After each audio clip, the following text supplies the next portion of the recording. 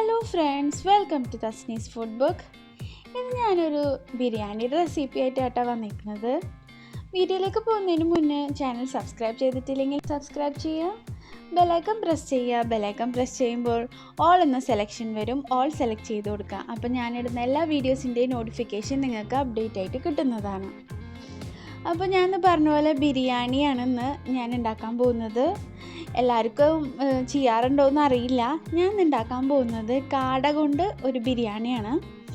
അപ്പോൾ അതിന് ഞാനിവിടെ വലിയ രണ്ട് സവാള എടുത്തിട്ടുണ്ട്. അതിലേക്ക് ഒരു മീഡിയം തക്കാളി എടുത്തിട്ടുണ്ട്. ഒരു 2 ടേബിൾ സ്പൂൺ ഇഞ്ചി വെളുത്തുള്ളി പേസ്റ്റും, പിന്നെ ഒരു 8 പച്ചമുളകും വേപ്പില അങ്ങനെ എടുത്തിട്ടുണ്ട്.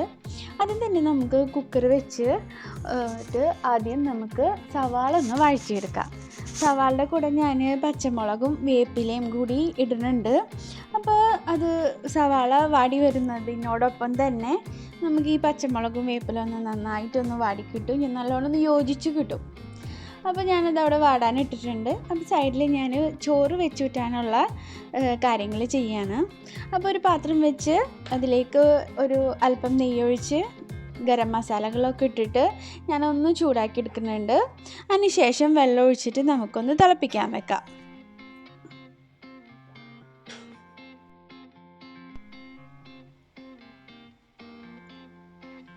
അങ്ങനെ ഇത് നന്നായിട്ടൊന്ന് ചൂടായി വന്നിട്ടുണ്ട്.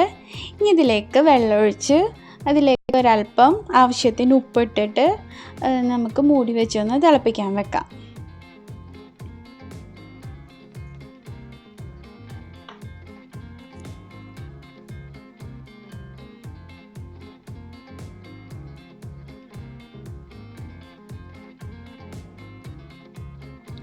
അതിന് നമ്മുടെ സവാള നന്നായി വാടി വന്നിട്ടുണ്ട്. ഇനി ഇതിലേക്ക് 2 ടേബിൾ സ്പൂൺ ഇഞ്ചിയും വെളുത്തുള്ളിയും ചതച്ചതോ അല്ലെങ്കിൽ നിങ്ങൾക്ക് അരിഞ്ഞിട്ടായാലും 2 ടേബിൾ സ്പൂൺ ഞാൻ ഇതിലേക്ക് ആഡ് ചെയ്യുന്നുണ്ട്.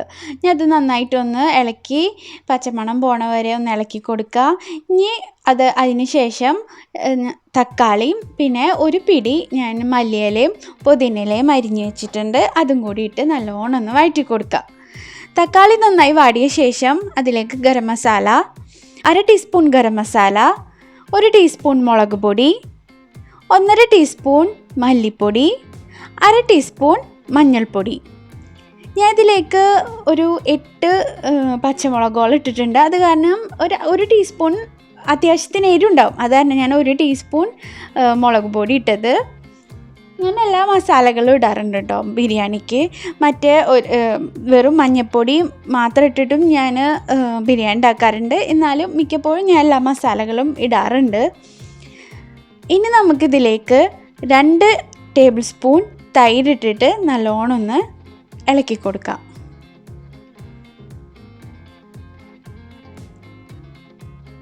തൈര് നല്ലോണം യോജിച്ച ശേഷം ഞാൻ ഒരു അരമുറി ലെമൺ എടുത്തിട്ട് അതിൻ്റെ ജ്യൂസ് ഒന്ന് പിഴിഞ്ഞൊഴിക്കുന്നുണ്ട്. ഇനിയിപ്പോൾ തൈര് ഇടാൻ ഇഷ്ടമില്ലാത്തവർക്ക് ലെമണിൻ്റെ ജ്യൂസായാലും മതി. അങ്ങനെ നാരങ്ങ നീരായാലും ഒഴിച്ച് നല്ലപോലെ ഒന്ന് മിക്സ് ചെയ്ത് കൊടുത്താലും മതി. അതിനുശേഷം നമ്മുടെ മെയിനായിട്ടുള്ള കാട ഇതിലേക്ക് ഇട്ട് കൊടുക്കുക. കാട ഇട്ട് നല്ലപോലെ ഒന്ന് മിക്സ് ചെയ്ത് കൊടുക്കുക. ഇനി ഇതൊന്ന് വെന്ത് വരാൻ ഒരു 1/4 കപ്പ് വെള്ളം നമുക്കിതിലേക്ക് ആഡ് ചെയ്ത് കൊടുക്കുക. ഇതിപ്പോൾ ഞാനിപ്പോൾ കുക്കറിലാണ് ചെയ്യുന്നത്. നിങ്ങൾക്ക് വേണമെങ്കിൽ പൊരിച്ചിട്ടായാലും നിങ്ങൾക്ക് മസാല ആക്കി നോക്കാം കേട്ടോ. അപ്പോൾ എനിക്ക് തോന്നുന്നു പൊരിച്ചിട്ട് മസാല ആക്കുമ്പോൾ കുറച്ചുകൂടി ടേസ്റ്റ് ഉണ്ടാവും. ഇതും ടേസ്റ്റ് കുറവൊന്നുമില്ല. ഇങ്ങനെ ഉണ്ടാക്കാൻ ഇഷ്ടമുള്ളവർക്ക് ഇങ്ങനെ ഉണ്ടാക്കാം, അല്ലെങ്കിൽ പൊരിച്ചിട്ടായാലും കുറച്ചും കൂടി രസം ഉണ്ടാവും എന്ന് എനിക്ക് തോന്നുന്നത് കേട്ടോ. അപ്പോൾ അങ്ങനെയും ട്രൈ ചെയ്ത് നോക്കണം. ഇനി വെള്ളമൊഴിച്ച് നമുക്ക് ഞാൻ ഇവിടെ ഒരു 6 വിസിലോളം ഞാനിവിടെ കാടക്ക് വരാൻ വെച്ചിട്ടുണ്ടായിരുന്നു. കാരണം കുറച്ച് വേവ് വേണമല്ലോ, ചിക്കൻ പോലെയല്ല. ചിക്കൻ ഞാൻ ഒരു 3 വിസിലെ ചിക്കൻ വെക്കാറ്. ഇതൊരു 6 വിസിൽ ഞാൻ വെച്ചിട്ടുണ്ട്. അപ്പോൾ ഇത് ഉടഞ്ഞൊന്നും പോയില്ല 6 വിസിൽ വെച്ചെന്ന് വെച്ചിട്ട്. അപ്പോൾ കറക്റ്റ് നല്ല പാകത്തിന് എനിക്ക് കിട്ടി.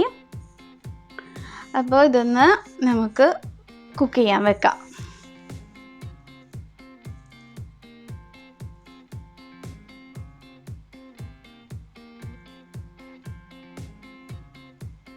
അതിന് നമ്മുടെ വെള്ളം ഇവിടെ തിളച്ച് വന്നിട്ടുണ്ട്.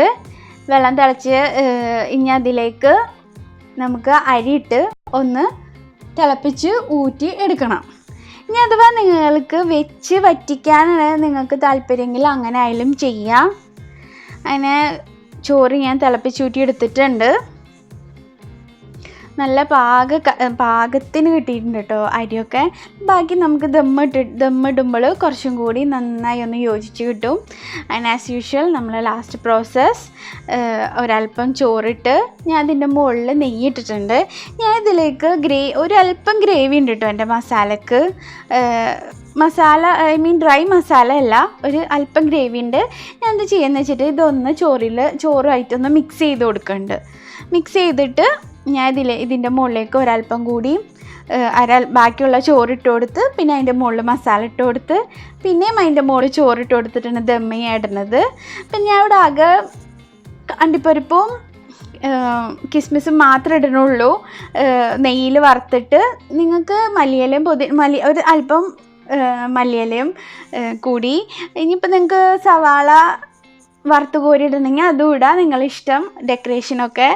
അപ്പോൾ അങ്ങനെ നമ്മളെ ടേസ്റ്റി ആയിട്ടുള്ള കാട ബിരിയാണി റെഡി ആയിട്ടുണ്ട്. അപ്പോൾ എല്ലാവരും ട്രൈ ചെയ്ത് നോക്കണം. ഞാൻ നേരത്തെ പറഞ്ഞ പോലെ തന്നെ പൊരിച്ചിട്ടും മസാല ആക്കി ട്രൈ ചെയ്ത് നോക്കണം കേട്ടോ. അതിൻ്റെ ടേസ്റ്റ് ഒന്ന് വേറെ തന്നെ ആയിരിക്കും.